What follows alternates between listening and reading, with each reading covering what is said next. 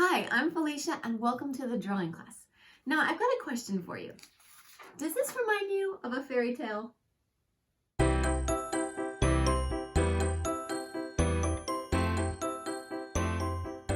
For this lesson, like any drawing class lesson, you're going to need a sharpened pencil with a good eraser and some sort of colors, whether they be colored pencils, crayons, markers, or whatever you choose to use.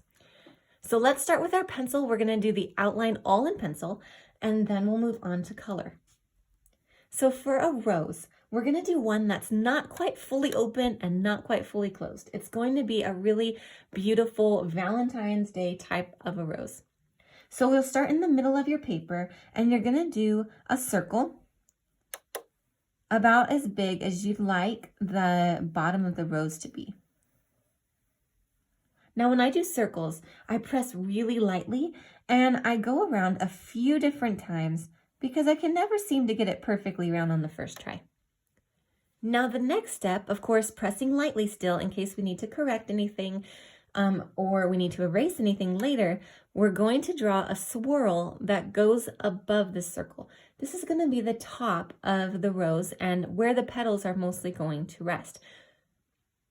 However, we don't want to go any wider than this bottom circle. So just to help myself, and you can do this too if it helps you, I'm going to come to the edge of my circle, the very furthest point, and I'm just going to trace a straight line up in my imagination. So even though my pencil is going there, I'm not making a line. I'm just going up about to here, and I'm going to put a small dot. And then I'll do the same thing on the other side. I'll go to the outer leftmost edge of the circle, trace an imaginary line up, and draw a dot. This is just going to give me a guide to where I need that swirl to go so that it doesn't get too wide or lopsided. So then I'll start on one of the dots and I'll just make a very oval swirl. We'll go to the other dot, come around, and then I'm going to start swirling in. Now, if you've gotten this far, the rest of the rose should be fairly easy. You'll come to the outer edge of your circle and you're going to trace it a little bit darker this time. We're going to go around the edge and then like an S, curve back to the outside most dot of our rose. We'll do the same thing on the other side, this time pushing a little bit harder than we did the first time, going around the edge of the circle, and then a little bit like an S, curving back up to the top of the rose. Now it almost looks like a vase, and that's okay. A rose that's mostly closed can look a little bit like a vase in its shape. And so if it looks anything like this, you're doing well. Next, we're going to do S curves that come out a little bit further. So we'll start near the bottom of our circle. We're going to trace along the outside edge again, but this time don't be afraid of coming out and making that S curve a little bit further away from that center part of the rose. We're going to do the same thing on the other side. Tracing that circle around and making that S-type curve back further away from that center part of the rose. Now that we've gotten this far, let's work on the stem. So come to the very bottom of your circle and you're going to make tiny triangle leaves. I've got one going there. I'm going to make one coming straight down. They're not large and they're very sharp looking, even though they aren't actually thorns. They're just very small and triangle shaped leaves. Once you've got 3 or 4 here on the bottom, then we'll make a stem. This is going to be 2 parallel lines that are very close together and you're going to draw them down, but they don't have to be straight. You can make them straight, or you can put a tiny bend in them to make it look even more realistic. Because we know when you draw nature, most often nature isn't perfect. And when you include those little imperfections in something that is from the natural world, it's going to look even more real. So I'm going to put a little imperfection in my stem. It's going to go slightly to the right and then angle back. It's a very soft point. I'm not making it real zigzaggy, but it's going to help with my realism. So now I'll do another parallel line that traces next to it almost exactly and parallel all the way down. When you get to the bottom and you have the open space right here, you're going to make one of the lines a little bit longer than the other and then connect the two with a diagonal line. This is because when people cut roses, they usually cut the rose at an angle, and that helps the plant grow better once it's cut. So, little fun fact for you about roses, but usually the bottom of the rose is cut diagonally. This also lets more water get up into the stem and make your rose last longer. So let's draw that diagonal line together. Then if you did include a little bend in your rose, go ahead and put a leaf right at that bend. It's going to take away from the extremity of it and make it seem more natural. So right coming up from this line right here, we're going to draw a line that comes up and out, slightly curving the length of where you would like the leaf to go. Now move your hand back on your pencil about as far as it can go, and you can hold it comfortably. This is going to help you draw really lightly. Now the reason we want to draw lightly is that we're either going to erase or color over the line that we're about to make, and we don't want it to be dark. So this is just a guideline for us. Starting at the base of that little leaf line that you've made, we're going to make a leaf shape. It's going to start on one end, curve up to the point of your line, and then we'll come on the other side as well and make a leaf shape. Let's do another leaf just for good measure. I'm going to draw the middle line that comes out as long as I'd like the leaf to be. Again, hand far back on the pencil. I'm going to draw a little leaf shape, a curve that goes up, and a curve that comes along the bottom.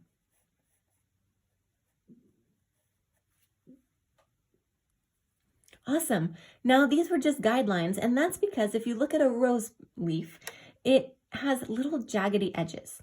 So to make that look, we're going to trace the outline of this line, and you can move your hand back to its normal spot.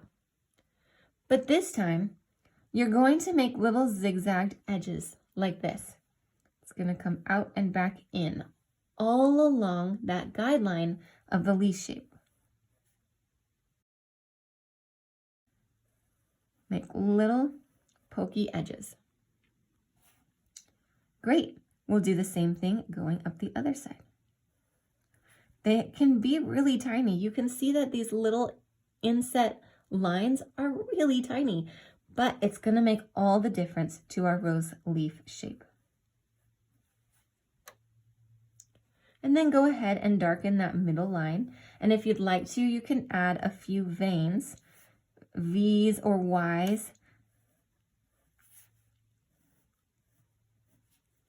to give that rose leaf even more detail. Once you're done with that, we're going to work on this leaf and do the exact same thing. So I'll come to the edge of that oval leaf shape that I did the guideline for, and we're just going to make those zigzag edges. Remember, they're tiny.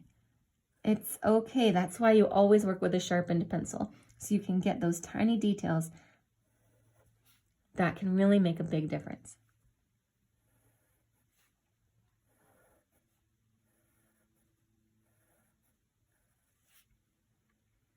Once you've gone all the way around with your zigzags, we will come and darken this middle line and then add some leaf veins if that is what makes your drawing look better in your mind.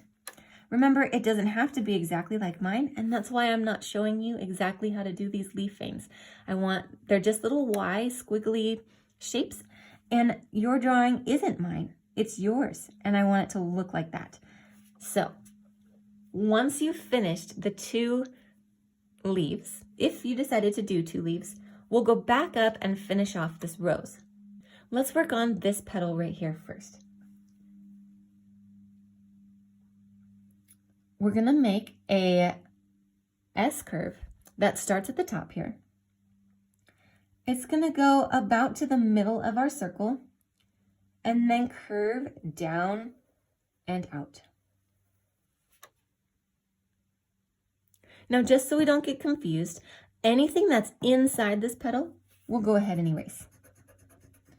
If it doesn't erase all the way because you drew too hard or your eraser's not working, well, that's okay. You can always color over it, and the color and shading you add are really going to take the eye away from any imperfections you get with the eraser.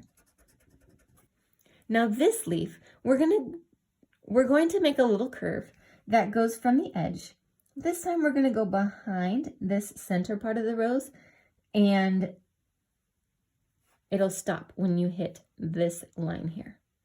And then we'll add another little petal right in here.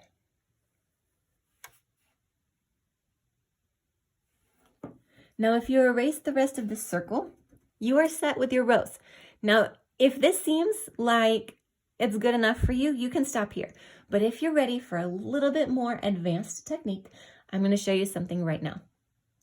We're going to make these petals look a little bit more lifelike. We're going to just go back along the edges, especially along the tops, and we're going to add a really squiggly little line. And you can even go back a couple of times until you're really happy with how that looks. I'm also going to make this one squiggly too. Rose petals aren't perfect. And since this one curves down and around, I'm going to make a little edge that curves under.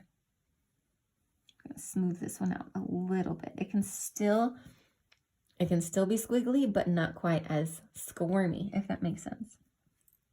I'll do the same thing here. And then I'm going to add some petals up in this area here. First, I'll just draw a line that goes down about a third of the way over, a line that goes down like that. And then to make this its own petal, I'll curve the edge. And then I'll also curve this edge and give it a squiggly edge. Now, I don't think that this is all one petal in here, so I'm going to separate the petals by curving their edges down all the way around.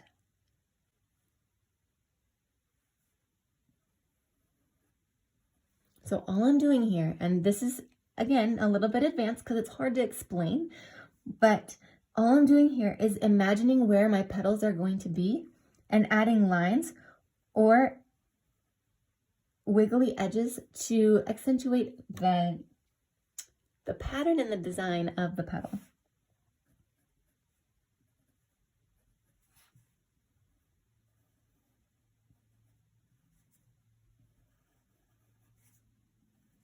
Just making it a little bit more imperfect.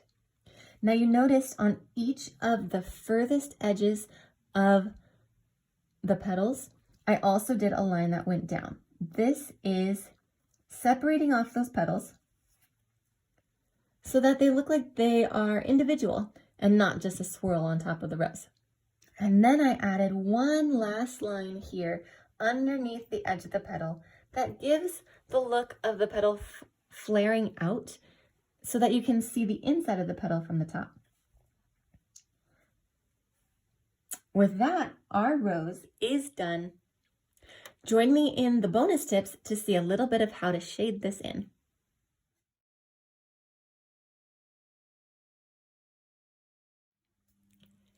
Now again, this is your art. You can color it however you want. And if you're using crayons, markers, even paint, your methods are going to be a little bit different. But I'm using colored pencil today, and I just want to show you a couple tips that you can use regardless of what kind of coloring tool you're using. Now, the main tip I want to show you is where to put the dark edges of this rose. So I'm going to choose my darkest color, And of course, if you think about a rose, it's very tightly wound with all the petals inside. This rose is not fully open, so the shadows are going to be mostly on the inside. So what that looks like is this petal is the outermost petal. So I'm going to put a little bit of the darkest color on the inside of that.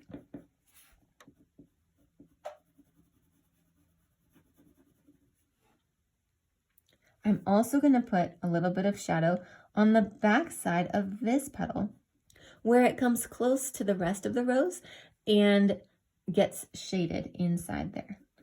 So when you shade, you really want to just think about where the sun would hit and where the shadows would fall. We always know the shadows fall in the creases and in the corners.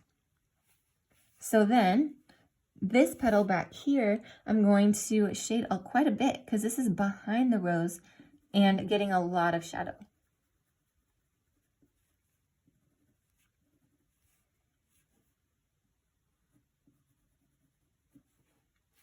Then I'm just going to take this red and shade it just on the inner corners of the rest of the petals as much as I can. Another idea you can use with this darkest red is to outline your rose, and that'll give it a really nice edge and a very crisp and clear definition to where our petals are at.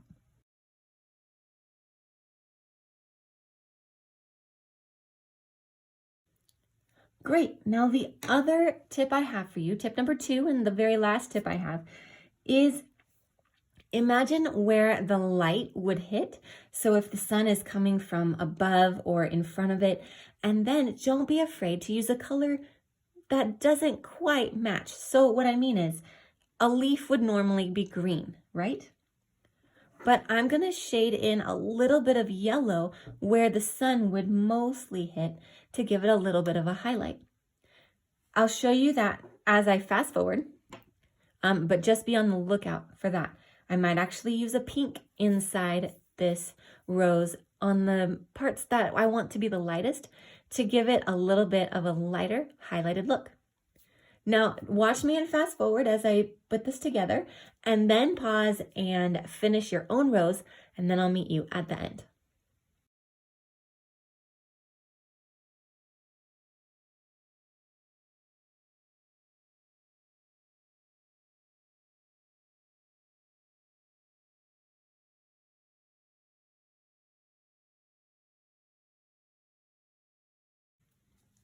And with that, our rose is finished.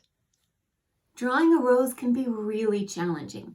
In fact, all those layers of petals can be really, really hard to even keep track of, much less draw and shade correctly. So if you need more practice, that is perfectly fine. In fact, I'll tell you what, like and subscribe, and then we'll practice together in the next class. See you next time.